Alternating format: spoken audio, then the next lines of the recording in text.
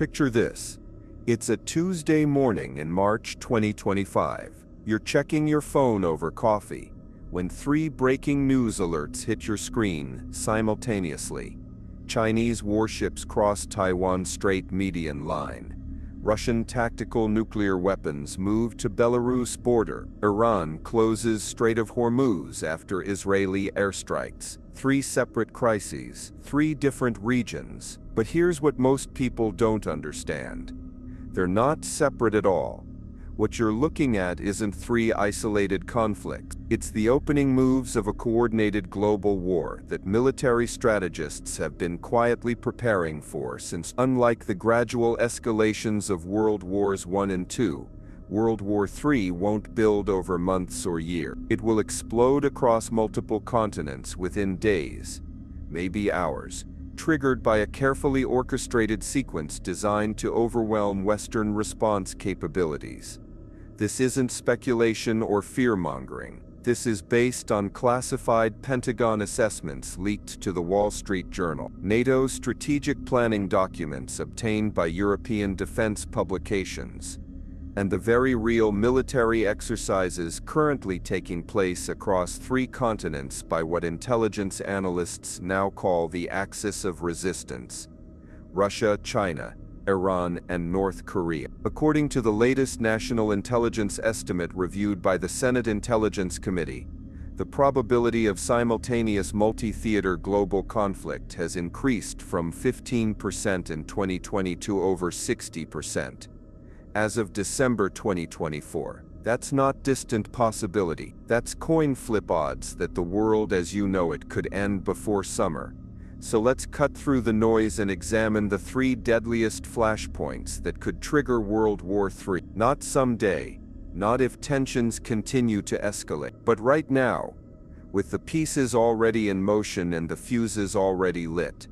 The South China Sea isn't just water, it's the most dangerous 80,000 square miles on Earth. Every day, Chinese military aircraft penetrate Taiwan's air defense identification zone. Every day, U.S. Navy destroyers conduct freedom of navigation patrols. Every day, both sides inch closer to a miscalculation that could kill millions.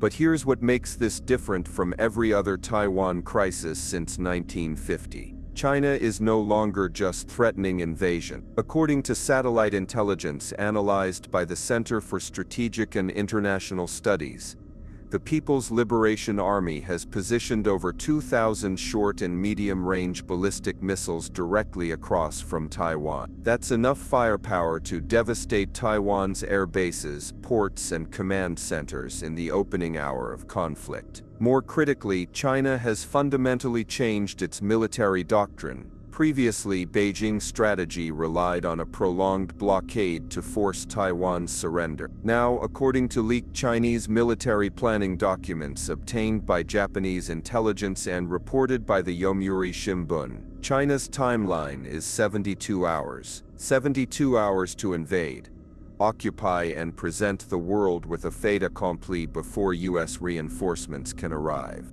The mathematics are terrifying. Taiwan is 100 miles from mainland China. It's over 5,000 miles from the nearest major U.S. military base. By the time American carrier groups reach the Taiwan Strait, Chinese forces would already be dug in across Taiwan's western coastline, protected by the world's most advanced integrated air defense system. But Taiwan isn't just about Taiwan. Japan, which imports 99% of its energy through sea lanes that China would control, has publicly committed to defending Taiwan alongside the United States. South Korea, despite its historical tensions with Japan, cannot allow China to dominate the Western Pacific. Australia has pledged its military support. The Philippines has agreed to provide basing rights for U.S. forces. What this means is that a Chinese invasion of Taiwan automatically becomes a war involving 6 nuclear powers: the United States, China, Russia, Beijing's strategic partner, Britain, France, and potentially India and Pakistan. If the conflict spreads to Southeast Asia, the trigger could be anything. A Chinese fighter jet clips a U.S. reconnaissance aircraft. A Taiwanese patrol boat fires on Chinese fishing vessels that turn out to be disguised military craft. A cyber attack takes down critical infrastructure, and each side blames the other, according to Rand Corporation Wargaming. 68% of Taiwan Strait conflict scenarios escalate to direct US-China military engagement within the first. And unlike Ukraine, where the fighting has been largely contained to conventional weapons, a US-China war over Taiwan would immediately involve space weapons, cyber warfare, and nuclear-capable hypersonic missiles that can reach their targets in minutes, not hours. While everyone's focused on Ukraine, the real powder keg in Europe is a 65-mile stretch of Polish territory called the Suwałki Gap. It's the only land connection between NATO's Baltic allies and the rest of the alliance, and Russia has spent 2 years positioning forces to cut it in half. Kaliningrad, Russia's heavily militarized exclave wedged between Poland and Lithuania, now houses Iskander ballistic missiles, nuclear-capable bombers, and over 25,000 Russian troops, according to NATO intelligence estimates. These aren't defensive forces, they're positioned for rapid offensive operations designed to sever the Baltic states from NATO support within hours. Here's the strategic nightmare.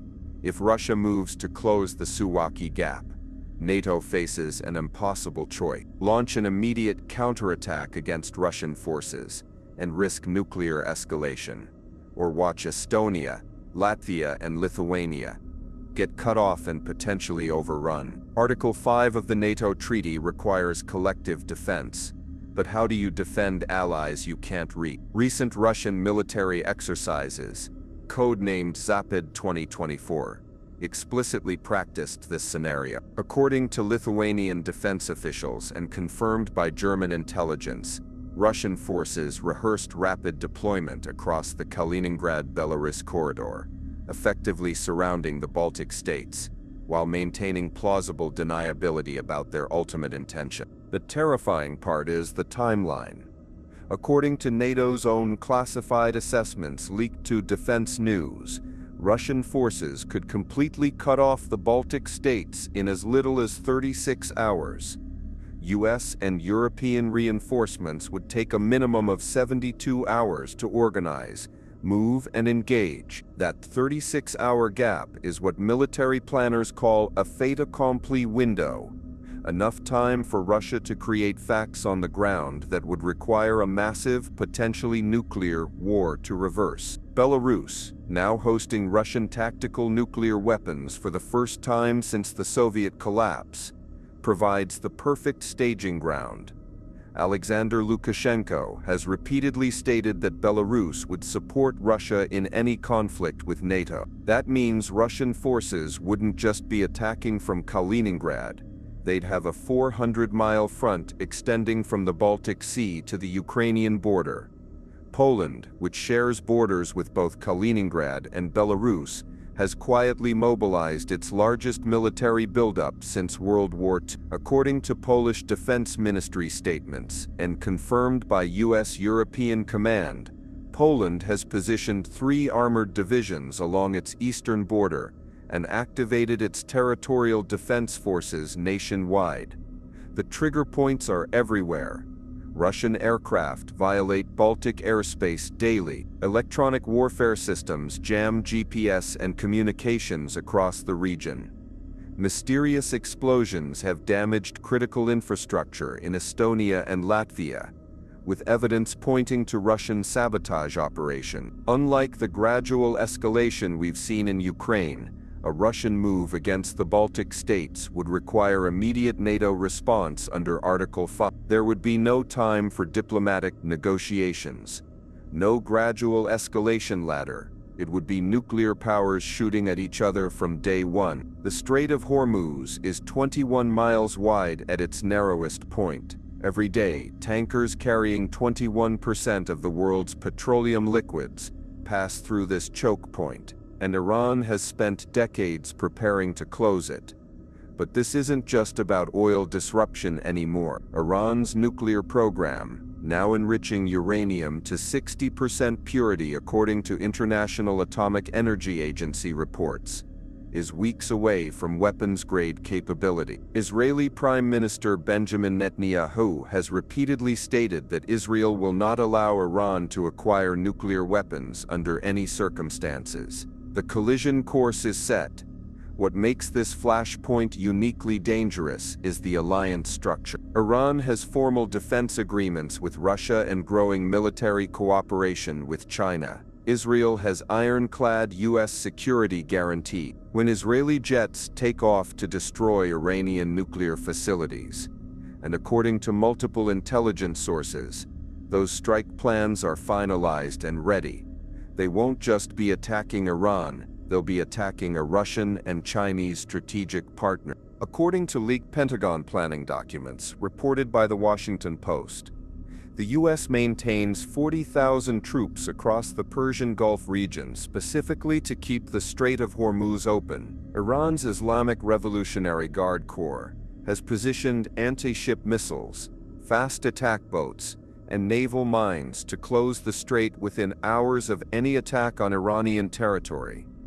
The economic warfare would be immediate and devastating. According to energy market analysis by S&P Global Platts, a complete closure of the Strait of Hormuz would spike oil prices to over $200 per barrel within days. Global shipping insurance would become prohibitively expensive.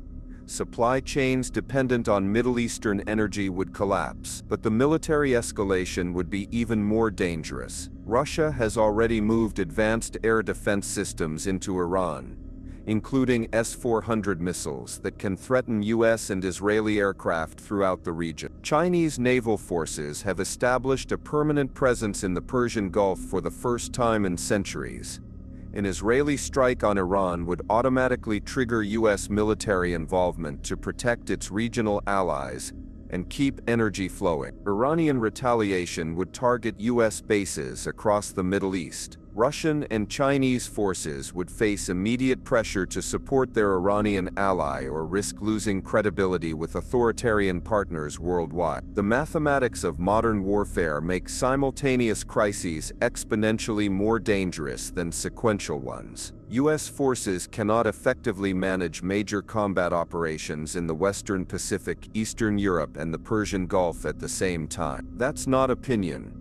That's simple arithmetic based on available troops, equipment, and logistics capacity. China, Russia, and Iran understand this perfectly. They've coordinated their military planning, their economic systems, and their diplomatic messaging for maximum combined impact. When World War III begins, it won't start with one crisis escalating. It will start with three crises exploding simultaneously, designed to fracture Western response capabilities and create windows of opportunity that haven't existed since 1945. The fuses are lit. The only question is which one burns fastest.